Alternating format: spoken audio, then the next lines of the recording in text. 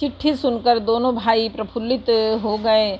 स्नेह इतना अधिक हो गया कि वह शरीर में समाता नहीं। भरत जी का पवित्र प्रेम देखकर सारी सभा ने विशेष सुख पाया। तब राजा दूतों को पास बैठाकर मन को हरने वाली मीठे वचन बोले, भैया कहो, दोनों बच्चे कुशल तो हैं? तुमने अपनी आंखों से उन्हें अच्छी तरह देखा है ना? सांवले और गोरे शरीर वाले वे धनुष और तरकस धारण किए रहते हैं। किशोर अवस्था है, विश्वामित्र मुनि के साथ हैं। तुम उनको पहचानते हो तो उनका स्वभाव बताओ। राजा प्रेम के विशेष वश होने से बार बार इस प्रकार कह पूछ रहे हैं। भैया जिस दिन से मुनि उन्हें लिवा ले गए हैं तब से आज ही हमने सच्ची खबर पाई है। कहो तो महाराज जनक ने उन्हें कैसे पहचाना? ये प्रिय प्रेम भरे वचन सुनकर दूत मुस्कुराए। दूतों ने कहा, हे राजाओं के मुकुटमणि, सुनिए, आपके समान धन और कोई नहीं है। जिनके राम लक्ष्मण जैसे पुत्र हैं वे दोनों विश्व के विभूषण हैं। आपके पुत्र पूछने योग्य नहीं। वे पुरुष सिंह तीनों लोकों के प्रकाश स्वरूप हैं। उनके यश के आगे चंद्रमा मलिन और प्रताप के आगे सूर्य शीतल लगता है। हे नाथ, उनके लिए आप कहते हैं कि उन्हें कैसे पहचाना? क्या सूर्य को हाथ में दीपक लेकर देखा जा सकता है? सीता जी के स्वयंवर में अनेकों राजा और एक से बढ़कर एक योद्धा एकत्र हुए थे, परंतु शिव जी के धनुष को कोई भी नहीं हटा सका। सारे बलवान वीर हार गए। तीनों लोकों में जो वीरता के अभिमानी थे, शिव जी के धनुष ने सबकी शक्ति तोड़ दी। बाणासुर जो सुमेरु को भी उठा सकता था, वह भी हृदय में हार कर परिक्रमा करके चला गया। और जिसने खेल ही में कैलाश उठा लिया था, वह रावण भी उस सभा में पराजय को प्राप्त हुआ। हे महाराज सुनिए, वहाँ जहाँ ऐसे ऐसे योद्धा हार मान गए, रघुवंश मणि श्री रामचंद्र जी ने बिना ही प्रयास शिव जी के धनुष को वैसे ही तोड़ डाला जैसे हाथी कमल के डंडी को तोड़ डालता है। धनुष टूटने की बात सुनकर परशुराम जी क्रोध भरे आए और उन्होंने बहुत प्रकार से आंखें दिखलाई। अंत में उन्होंने भी श्री रामचंद्र जी का बल देखकर उन्हें अपना धनुष दे दिया और बहुत प्रकार से विनती करके वन को गमन किया।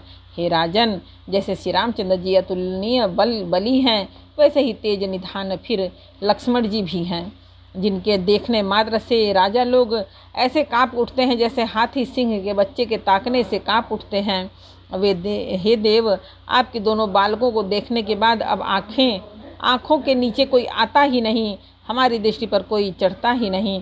प्रेम प्रताप और वीर रस में पगी हुई दूतों की वचन रचना सबको बहुत प्रिय लगी।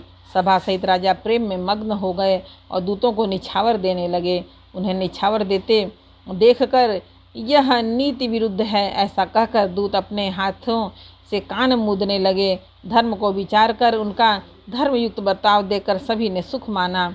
तब राजा ने उठकर वशिष्ठ जी के पास जाकर उन्हें पत्रिका दी और आदरपूर्वक दूतों को बुलाकर सारी कथा गुरु जी को सुना दी। सब समाचार सुनकर और अत्यंत सुख पाकर गुरु बोले, पुण्यात्मा पुरुष के लिए पृथ्वी सुखों से छाई हुई है। जैसे नदियाँ समुद्र में जाती हैं, यद्यपि समुद्र को नदी की कामना नहीं होती, वैसे ही सुख और संपत्ति बिना ही बुलाए स्वाभाविक ही धर्मात्मा पुरुष के पास जाती हैं। तुम जैसे गुरु, ब्राह्मण, गाय और देवता की सेवा करने वाले हो, वैसे ही पवित्र कौशल्या देवी भी हैं। तुम्हारे समान पुण्यात्मा जगत में न कोई हुआ है, न है और न होने का ही है। हे राजन, तुमसे अधिक पुण्य और किसका होगा जिसने रामसरी के पुत्र हैं, जिनके रामसरी के पुत्र हैं और जिनके चारों बालक वीर, विनम्र, धर्म का व्रत धारण करने वाले और गुणों के सुंदर समुद्र हैं। तुम्हारे लिए सभी कालों में कल्याण है। एतयो डंका बजवाकर बारात सजाओ और जल्दी चलो। गुरुजी की ऐसे वचन सुनकर हे नाथ बहुत अच्छा कहकर और सिर नवाकर तथा दूतों को डेरा दिलवाकर राजा महल में गए। राजा ने सारे रनिवास को बुलाकर जानकी जी की पत्रिका बाँच कर सुनाई। समाचार सुनकर सब रानियाँ हर्ष से भर गई। राजा ने फिर दूसरी सब बातों का जो दूतों के मुख से सुनी थी वर्णन किया। प्रेम से प्रफुल्लित हुई रानियाँ ऐसे शोभित हो रही हैं मानो जैसे मोरनी बादलों की गरज सुनकर प्रफुल्लित होती है। बड़ी बूढ़ी अथवा गुरुओं की स्त्रियाँ प्रसन्न होकर आशीर्वाद दे रही हैं। माताएं अत्यंत आनंद में मग्न हैं।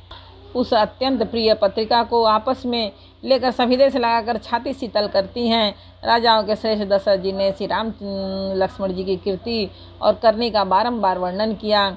यह सब मुनि की कृपा है, ऐसा कहकर वे बाहर चले गए। तब रानियों ने ब्राह्मणों को बुलवाया और आनंद सहित उन्हें दान दिए। श्रेष्ठ ब्राह्मण आशीर्वाद देते हुए चले। फिर भिक्षुकों को बुलाकर करोड़ों प्रकार की निछावरें उनको दी। चक्रवर्ती महाराज दशरथ के चारों पुत्र चिरंजीवी हों। एक बार बोलो रामायण मैया की जय। रामचरितमानस के बालकांड का 5वां समर्पण। जय श्री राम। जय पवन पुत्र जय भोलेनाथ माता जय भगवान।